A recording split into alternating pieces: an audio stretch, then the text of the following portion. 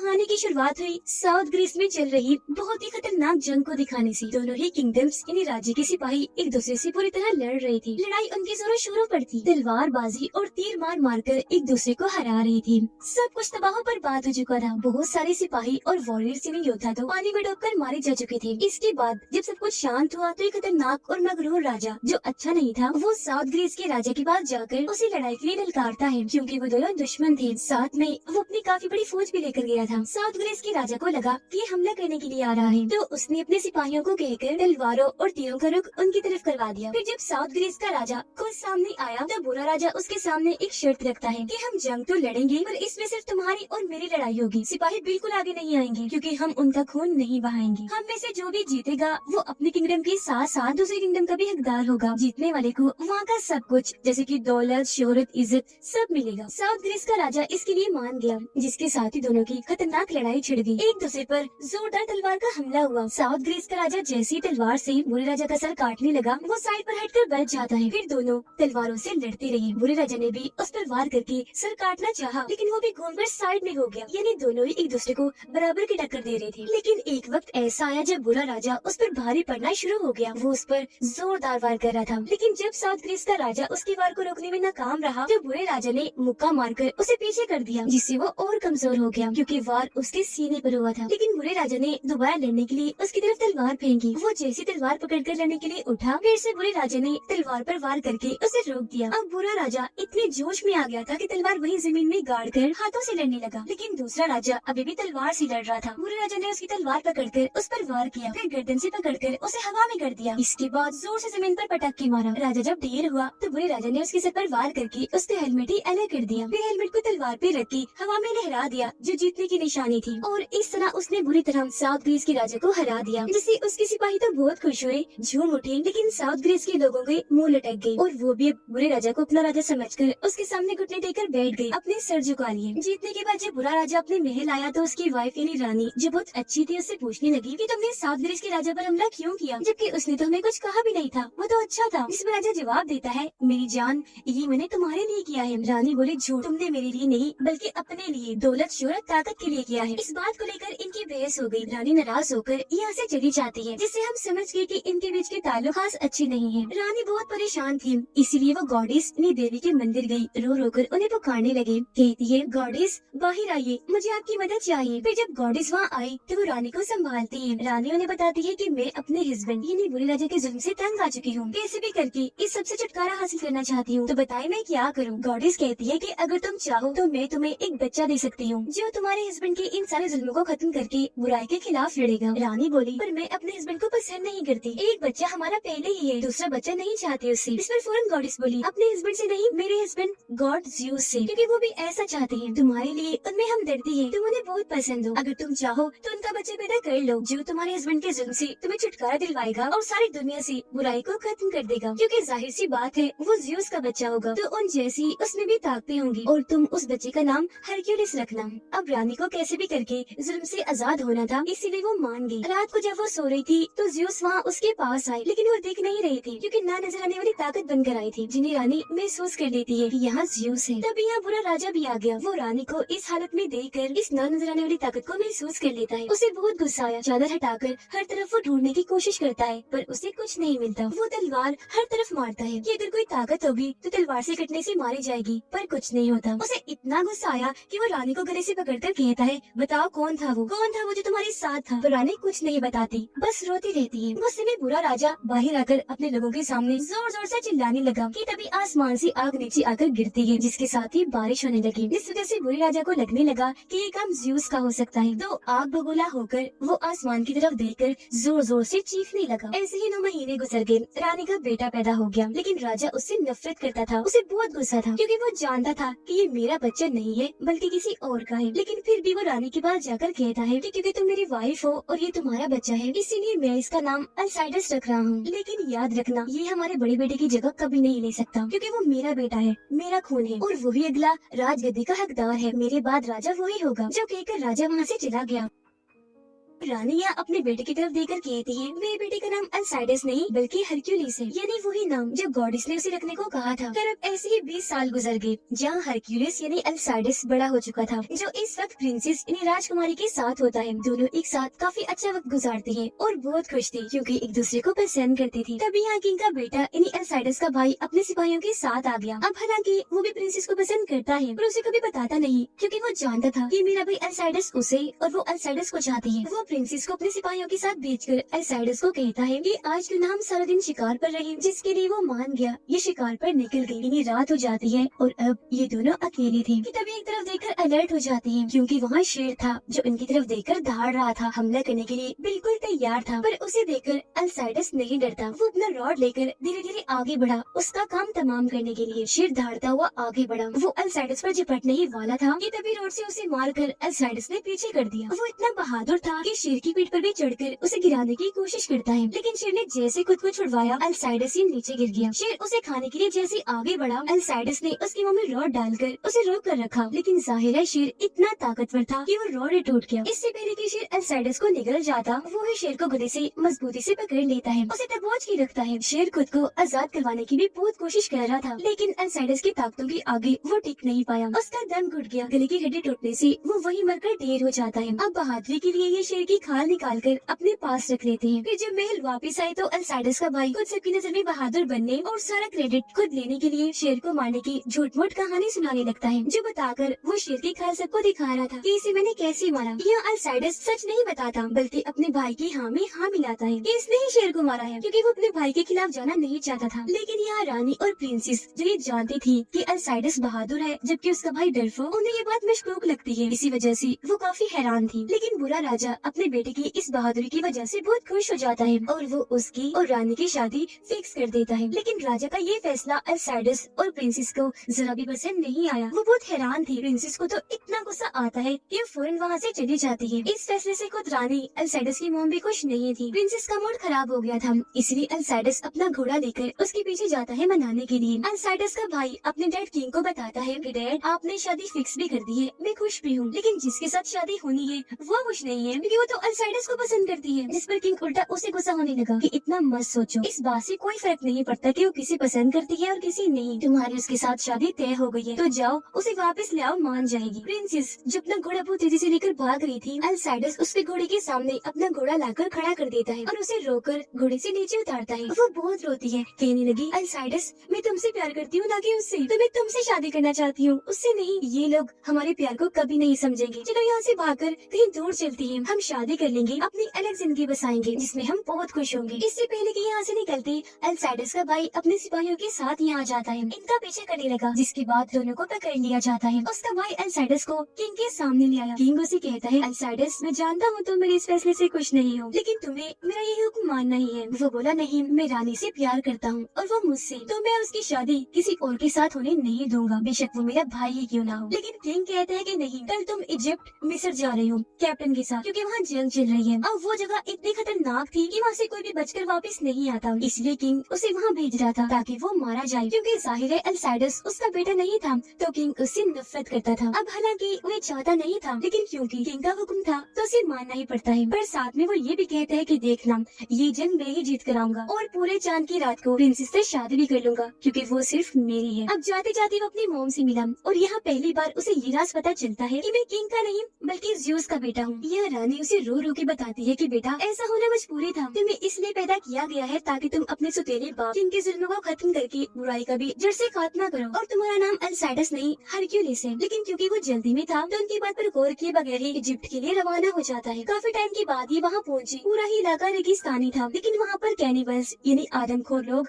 इन पर हमला कर देते हैं। इनके बीच खतरनाक जंग छिड़ गई, जिनमें कैनिबल ही भारी पड़ रहे थे और वो इनकी बहुत सारे लोगों को मार गिराते हैं और वहाँ जमीन पर उनकी लाशों का ढेर लग जाता है। बचे हुए लोग जब अंदर केव यानी गार में गई तो वहाँ भी अचानक उन पर तीरों का हमला हो जाता है, लेकिन ये लोग अपने अपने शील्ड्स आगे करके जैसे तैसे खुद को बचाते हैं, जिसके बाद दोनों फौजें एक दूसरे के आमने सामने आकर जोरदार हमला कर देती हैं।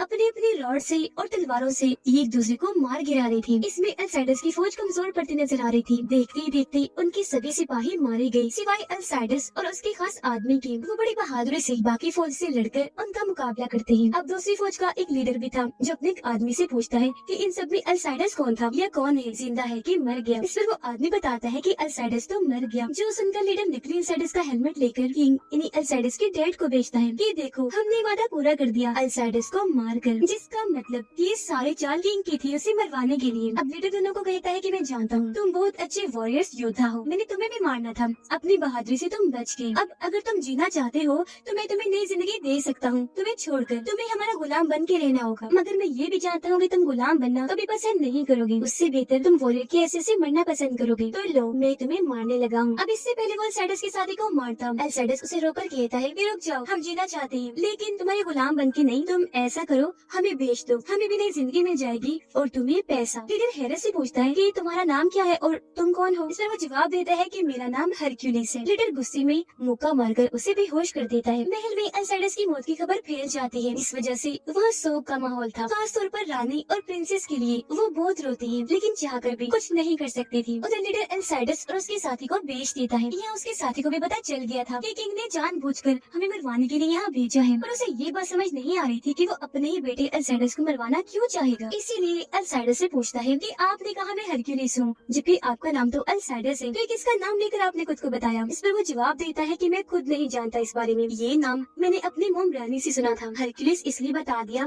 ताकि मेरे डैड किंग को लगे कि मैं मर गया हूँ, फिर यहाँ से आजाद होकर मैं वापस महल जाऊंगा और प्रिंसेस जो मेरी मोहब्बत है उससे शादी कर लूंगा। वो साथ ही कहता है जनाब ये काम जितना कहने में आसान है उतना ही मुश्किल है, क्योंकि आपने तो सिर्फ महल की दुनिया देखी है जबकि मैं बाहर की खतरनाक दुनिया से वाकिफ हूँ। हम यहाँ से निकलकर वापस कभी नहीं जा सकते। जिस पर वो उसे हौसला देता है कि घबराओ नहीं, बस मुझ पर भरोसा रखो, हम महल लाजमी जाएंगे। अब क्योंकि दोनों गुलाम थे इसलिए लड़ाई के लिए उन्हें जंग के मैदान में उतारा जाता है। पहले अल्साइडस का साथी गया जो शुरू में तो मार खाता है लेकिन फिर उस पर अपना कंट्रोल करके मारकर उसको अधमरा कर देता है, जिसके बाद अल्साइडस को लड़ने के लिए उतारा जाता है। आते वो आदमी अल्साइडस पर हमला करके उसे दूर खंबे के साथ लगा देता है, लेकिन अल्साइडस ऊपर होकर उस पर टांगों से वार करता है। दोनों एक बार फिर आमने सामने आए। अल्साइडस मुक्कों से टांगों से मार मार कर उसे अधमरा कर देता है, फिर उठा कर उसे इतना पटकता है कि उसकी हालत खराब हो गई। फिर अल्साइडस उसकी बाजू तोड़कर वहीं गिरा देता है। वो जीत गया था, इसीलिए वहाँ हर तरफ हरक्यूलिस के नारे लगते हैं, उसकी वाह की जाती है। उधर रानी जब एक जगह पर बैठकर दुआ कर रही थी तो वहाँ किंग आया जो उससे पूछने लगता है कि बताओ अल्साइडस किसका बेटा है, उसका बाप कौन है, एक है या कितने हैं। इस पर रानी फौरन बोली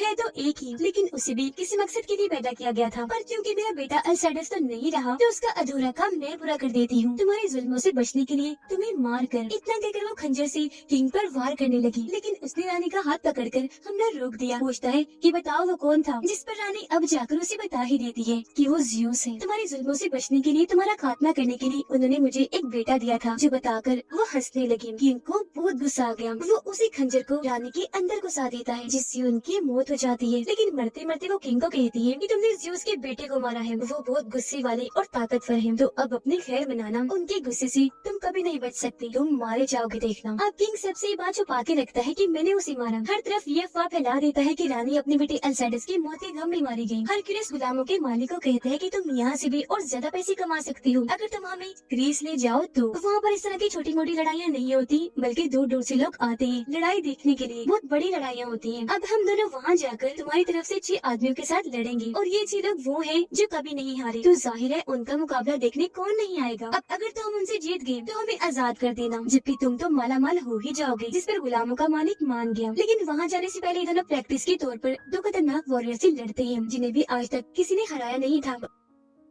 पर क्योंकि हरक्यूलिस और उसका साथी भी बेहतरीन वॉरियर्स थे, किसी से कम नहीं थे, तो ये भी इनका डटकर मुकाबला करते हैं। यहाँ उनकी खतरनाक लड़ाई छिड़ गई। पहले अल्साइडस लड़ने के लिए आया, लेकिन वॉरियर उसे दूर फेंक देता है। उसका साथी आगे बढ़ा, अपने रॉड से उसके मुंह पर वार करता है, जबकि अल्साइडस भी तब तक उठकर उसे खूब मारा था। वो उसे 2 पहाड़ों के बीच फंसा देता है, लेकिन जब अल्साइडस ने देखा कि मेरे दोस्त की जान को खतरा है, तो फौरन वहाँ जाकर अगला बार होने से पहले ही उसे बचा लेता है, जिसके बाद दोनों दोबारा से उन वॉरियर से लड़ते हुए आखिरकार उन्हें हरा देते हैं। लेकिन इस सब में हरक्यूलिस का साथी बहुत जख्मी हो गया था। उसकी हालत देखकर गुलामों का मालिक कहता है ये तो चल भी नहीं सकता, वह लड़ाई क्या करेगा। इस पर हरक्यूलिस का कहना था कि फिक्र ना करो, मैं अकेला ही उनसे लड़ूंगा, जिसके लिए मालिक मान गया। जिसके बाद ये लोग हरक्यूलिस के साथ ग्रीस आ जाते हैं। ये उनकी किंगडम का खास आदमी कैप्टन भी था, जिसे चुपके से पकड़कर हरक्यूलिस अपने और अपने दोस्त के बारे में बता देता है कि हम जिंदा हैं। जो सुनकर कैप्टन बहुत खुश हो गया। जिसके बाद हरक्यूलिस को जंग के मैदान में उतारा जाता है उन 6 लोगों से लड़ने के लिए, जहाँ वो बड़े आराम से एक हीरो की तरह एंट्री लेता है। फिर दौड़कर उनकी तरफ बढ़ने लगा। हालांकि वो तलवार और रॉड से उसका रास्ता रोकने की कोशिश करने लगी, लेकिन पहले वो एक पर तलवार से वार करके उसे दूर मारता है, फिर उछलकर दूसरे पर बैठकर उसके सीने में तलवार घुसा देता है। एक जैसे उसे रोकने आया, हरक्यूलिस ने उसे पकड़कर हवा में लहराकर जोर से जमीन पर पटक कर मारा। गिरते गिरते वो आदमी दोनों साथियों पर जाके लगा, जिससे वो भी गिर जाते हैं। अब दोनों मिलकर एक साथ फिर से उस पर हमला करना चाहा, लेकिन हरक्यूलिस अपने शील्ड और तलवार से बचते हुए एक के अंदर अपनी तलवार घुसाकर उसे मार देता है। फिर आखिरकार बचे दोनों को भी वो मार गिराता है, एक को हवा में उठाकर जबकि दूसरे पर अपने शील्ड से हमला करके। और इस तरह से उसने अकेले ही इन 6 पर भारी पड़ के इस जंग को जीत लिया। जीत की खुशी में अपना रॉड वो हवा में लहरा देता है। लड़ाई खत्म होने के बाद कैप्टन और हरक्यूलिस के साथी उससे मिलने आए।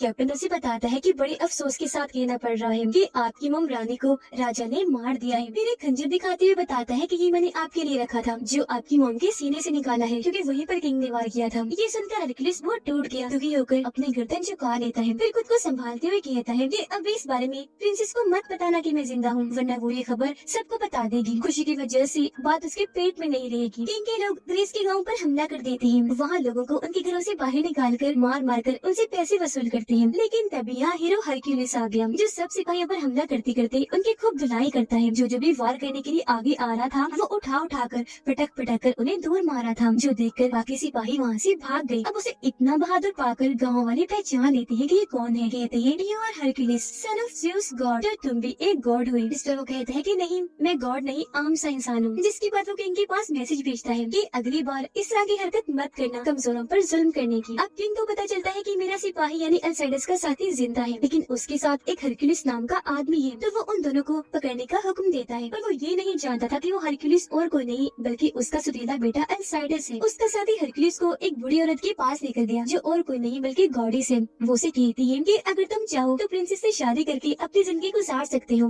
लेकिन हकीकत तो ये है कि तुम्हारी जिंदगी का मकसद कुछ और है, जो तुम्हें तुम्हारी मोहब्बत से बहुत दूर लेकर चला जाएगा। लेकिन हाँ, तुम अपने डैड ज़्यूस पर भरोसा रखो, वो तुम्हें ताकतें देंगे जिससे तुम उस किंग का खात्मा कर देना। इस पर गुस्से में हरक्यूलिस बोला कि जब सारे लोगों को मारा जा रहा था, जब मेरी मोम को मारा गया, तब मेरे डैड ज़्यूस कहाँ थे? तब उनको होश नहीं थी, वो नहीं बचा सकते थे उन सबको। गॉडेस बोली वो हमेशा तुम्हारे साथ है, बस तुम्हें उन पर भरोसा करने की जरूरत है, ताकतें वो तुम्हें खुद ही दे देंगे। उधर अल्साइडस का भाई प्रिंसेस पर दबाव डालता है कि मान जाओ, शादी कर लो मुझसे। इस पर वो कहती है कि कभी सोचना भी मत, मुझे तुम बिल्कुल भी पसंद नहीं हो, मैं मरना पसंद करूंगी तुमसे शादी करने से बेहतर। जिसके बाद प्रिंसेस वहाँ से जाकर छत से कूदकर अपनी जान लेने की भी कोशिश करती है, लेकिन तभी कैप्टन वहाँ आकर उसे बचा लेता है और अब उसे बता ही देता है कि अल्साइडस जिंदा है और जो हरक्यूलिस है वो अल्साइडस है। और फिर अगले ही दिन दोनों फिर से एक दूसरे के आमने सामने आ जाते हैं, क्योंकि काफी टाइम के बाद मिले थे तो बहुत खुश होने के साथ साथ जज्बाती हो गई थी, उनकी आंखें भर आई थी, इसलिए गले से लग जाते हैं। किंग अगले दिन कैनिबल्स के लीडर को वहाँ बुलाकर पूछता है कि मेरे किंगडम का वो साथी जिंदा कैसे रह गया और उसके साथ ये हरक्यूलिस कौन है। कैसे भी करके मुझे दोनों लोग चाहिए, ढूंढो इनको। काफी ढूंढने के बाद आखिरकार हरक्यूलिस को ढूंढ लिया जाता है। उसका भाई खुद आता है हरक्यूलिस को पकड़ने के लिए, लेकिन वो ये देखकर काफी हैरान रह गया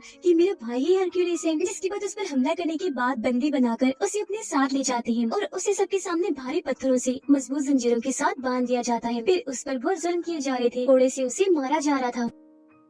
अब किंग उसे घूरकर सब लोगों को बताता है कि देखो, ये ज़्यूस का बेटा है हरक्यूलिस, जो खुद बंधा हुआ है, मार खा रहा है, अपनी जान बचा नहीं सकता, तुम लोगों की खाक बचाएगा। ये कहकर वो उसे और मरवाता है। फिर कैप्टन को भी मरवा देता है, क्योंकि वो हरक्यूलिस का साथी था। और अब किंग जैसे उसके दूसरे साथी को मरवाने वाला होता है, हरक्यूलिस आसमान की तरफ देखकर अपने डैड का नाम लेता है, ज़्यूस, मुझे आप पर भरोसा है। उसका ये कहना ही था कि हरक्यूलिस के अंदर अलग ही ताकत आ गई, जबकि बादल भी गरजने लगे। हरक्यूलिस इतना मजबूत हो गया कि जोर लगाकर वो अपनी जंजीरों को भी तोड़ लेता है, लेकिन जंजीरों के साथ 2 भारी पत्थर भी टूट गए। अब उसका ये रूप देखकर सब दंग रह गए। किंग उसे मारने का हुक्म देता है, लेकिन जो कोई भी आगे आ रहा था वो उन पर पत्थरों से हमला करता जा रहा था। बाकी लोग डरकर वहाँ से भाग गए, जिससे वहाँ अफरा तफरी मच जाती है। जंजीरों को घुमा कर वो पत्थरों से सभी सिपाहियों को मारता जा रहा था। ऐसे उसने बहुत सारे लोगों को उठाकर पटक कर मार दिया, जिसका फायदा उठाकर किंग अपने बाकी लोगों को लेकर वहाँ से भाग गया। हरक्यूलिस अपने बाकी साथियों को लेकर किंग से लड़ने के लिए निकल जाता है। और ये वही पूरे चांद की रात थी जो प्रिंसेस की शादी उसके भाई से होने वाली थी, लेकिन अभी वो इनकार कर रही थी। अब हरक्यूलिस किले के सिपाहियों के पास आया,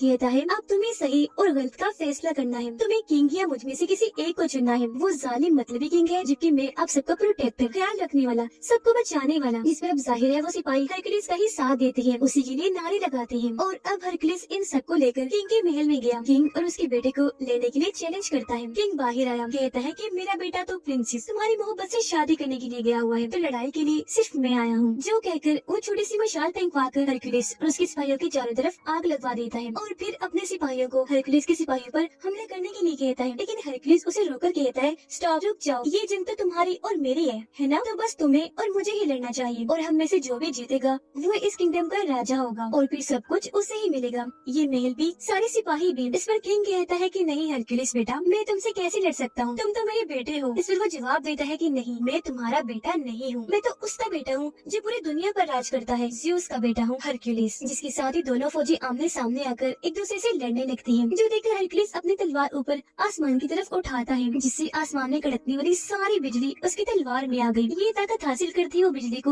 वहाँ चारों तरफ लहरा देता है। किंग के सिपाही जैसे बिजली की लपेट में आए, सबकी मौत हो जाती है, क्योंकि ये झटके बहुत ही खतरनाक थे। और ऐसे उसने सभी सिपाहियों को मार गिराया। जिसके बाद अंदर जाकर हरक्यूलिस और किंग की लड़ाई छिड़ गई। दोनों तलवारें चला चलाकर खूब लड़ रहे थे, बराबर ही लड़ाई चल रही थी। पर एक वक्त पर किंग उस पे भारी पड़ गया। वो हरक्यूलिस को बहुत मारता है। फिर जैसे दोबारा दोनों लड़ने लगे, वो टांग मारकर हरक्यूलिस को दूर गिरा देता है। किंग उसे ललकारता है। जैसे वो उठा, किंग फिर से उसे मारने लगा, लेकिन अब की बार बड़ी हिम्मत करके किंग की हर वार को वो रोक रहा था। फिर जोर से जमीन पर पटक कर उठा कर मारने लगा। वो फिर किंग को पकड़कर उसे बस जान से मारने ही वाला था कि तभी यहाँ किंग का बेटा प्रिंसेस को बंदी बनाकर ले आता है और किंग को छोड़ने के लिए कहता है। उसने प्रिंसेस पर खंजर रखा हुआ था, लेकिन प्रिंसेस उस खंजर को पकड़कर अपने सीने में घुसा लेती है। आर पार होकर वो किंग के बेटे को लगा, जिससे वो इतना जख्मी हो गया कि वहीं गिर जाता है। फौरन ही उसकी मौत हो जाती है। प्रिंसेस भी जख्मी होकर वहीं गिर गई, जो देखकर हरक्यूलिस जोर से धाड़ता है। उसे इतना गुस्सा आ गया कि वो दोबारा किंग से लड़ने लगा। इस बार वो बहुत जोश से लड़ रहा था। वो किंग को बहुत मारता है, तलवारों से जिस्म के अलग अलग हिस्सों पर वार करके उसे दूर उठाकर मारता है। हालांकि वो खुद को बचा रहा था,